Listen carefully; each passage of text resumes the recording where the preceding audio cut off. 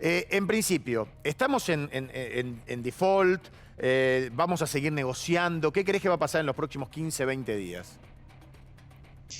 A ver, primero, la pregunta de si estamos en default o no es difícil de contestar, porque en realidad ya desde el final del gobierno de Macri que Argentina había empezado a cambiar las condiciones de las letras de corto plazo. Default se considera cuando uno cambia las condiciones de la deuda que tomó, sea plazo, momento de pago, tasa o el pago en sí mismo, ¿no? Claro. Eso ya había empezado a pasar en el gobierno de Macri, con las letras. Después el gobierno actual, puso ahora los pagos, los bonos y también de las letras. O sea, explícale, Fausto, legal. perdóname que te interrumpa. Explícale a la gente que por ahí no tiene obligación de saber qué significa estar en default. El default es eso, es justamente cambiar unilateralmente las condiciones de pago, cualquiera sea de ellas. O sea, las condiciones de pago, ¿cuáles son? El monto, la tasa de interés, el plazo, el momento del pago, claro, o la moneda. Cualquiera de esos es un default, ¿no? Bien, ¿y entonces, qué consecuencias puede traer esto para nuestra economía diaria? Para el hombre de a pie, para el que hoy está preocupado porque no cobra su salario, para el que tiene la pyme y no la puede abrir y se está hundiendo. Mirá, a ver, el punto clave de todo esto es lo siguiente. Argentina todavía con la deuda internacional no está en default, viene pagando todo. El 22 de abril vencen 3 bonos, cupones de 3 bonos, entonces el mismo día, y ahí viene la pregunta, ¿lo va a pagar Argentina o no lo va a pagar? Porque ya lanzó la oferta de canje, o va a lanzarla de realidad hoy. Si no los paga, tiene 30 días desde el momento en que falló con el pago hasta que efectivamente entre en default. Porque te da un plazo de pagar. Esto es como cuando te trazas la tarjeta, viste que tienes hasta el último día. O sea, el default formal sería 30 días. Claro, sería cerca del 22 de mayo. Entre un mes y un mes y medio es prácticamente lo que deberíamos esperar o no para llegar o no al default. Lo que yo te pregunto es, el no de los acreedores, ¿Guzmán ya lo tuvo antes de la presentación del día de ayer? Lo que dijo Guzmán es que no había venido consenso con los acreedores. ¿Está bien? Y la verdad es que no sabemos por qué, no sabemos qué tan lejos del consenso está. Porque de aquí a 20 días tenemos un plazo donde se puede negociar, se puede hablar con los acreedores y tratar esa canal. Si está muy lejos, por ahí es difícil, pero si no está tan lejos... Bueno, pero se dice que los acreedores, sí, por lo que muchos entendidos explicaron en las últimas horas, es que los acreedores están en alguna posición de negociar, de sentarse nuevamente con Guzmán y ver cuáles son las posibilidades que tienen para acercar o no dentro de la oferta que tiene Guzmán, que ofrece Guzmán, valga la redundancia. Sí, exactamente. Sí, hay. Lo que pasa es que tenés que tener en cuenta que no todos los acreedores son iguales. Esto es como ganar una elección, digamos. Para que se llegue a un acuerdo, tenés que lograr que entre el 60 y el 75 los acreedores, dependiendo del bono, estén de acuerdo. Claro, eso es lo primero que hay que apuntar. A diferencia de la otra vez, que tuvimos el problema de que porque uno no quería entrar, quedaba todo afuera, en esta oportunidad se manejan porcentualmente diferente. Pero yo quiero volver sobre la pregunta que te hacía Guillermo, respecto de la afectación que puede generar hacia adentro, en el mercado interno, o por ejemplo con las provincias. Ayer contábamos que hay muchas provincias, varias de las cuales sus gobernadores estuvieron ayer y aprobaron esta presentación junto al presidente, que tienen deuda en dólares. Y entonces eso también las preocupa. Muchísimo. A ver, si Argentina no llega a un acuerdo con los acreedores, van a pasar dos cosas. Salir de la recesión después del coronavirus va a ser más difícil, más lento, por lo menos. Y va a haber muchas más dificultades para las provincias, para los municipios, para financiar sus problemas fiscales. ¿Tá?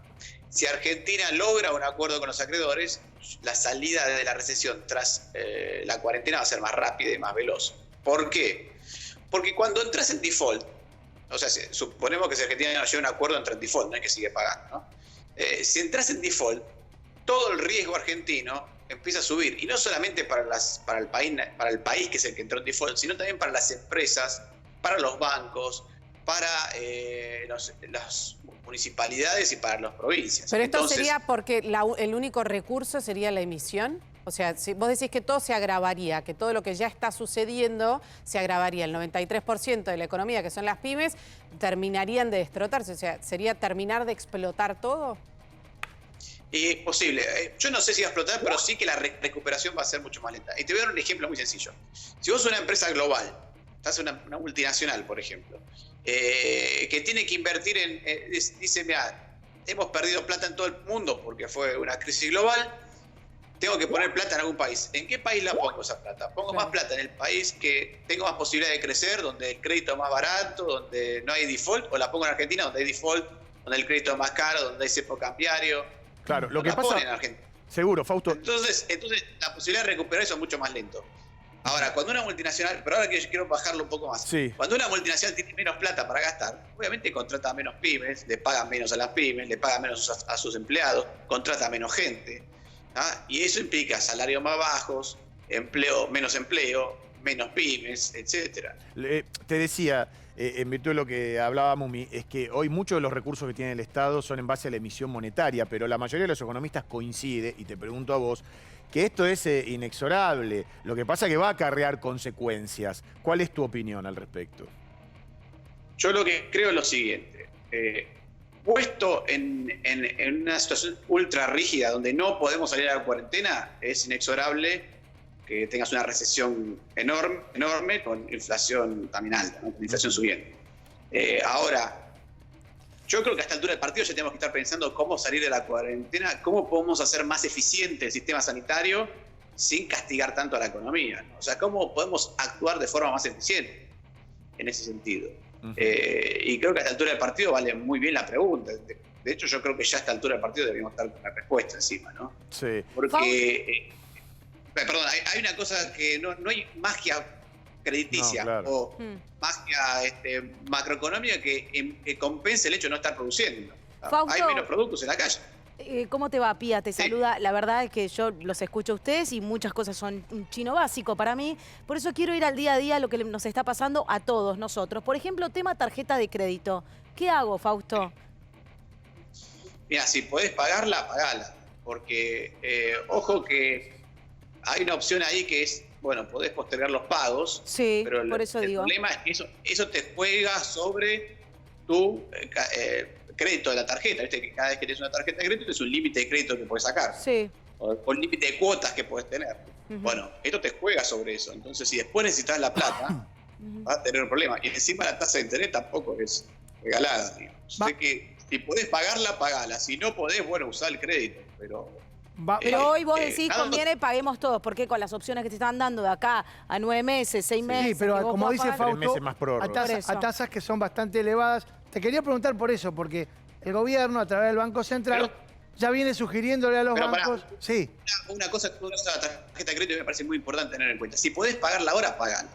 Sí, Porque no perfecto. sabemos cuánto va a durar la cuarentena, no sabemos qué tan grave va a ser la recesión posterior, no sabemos qué tan difícil va a ser la situación después.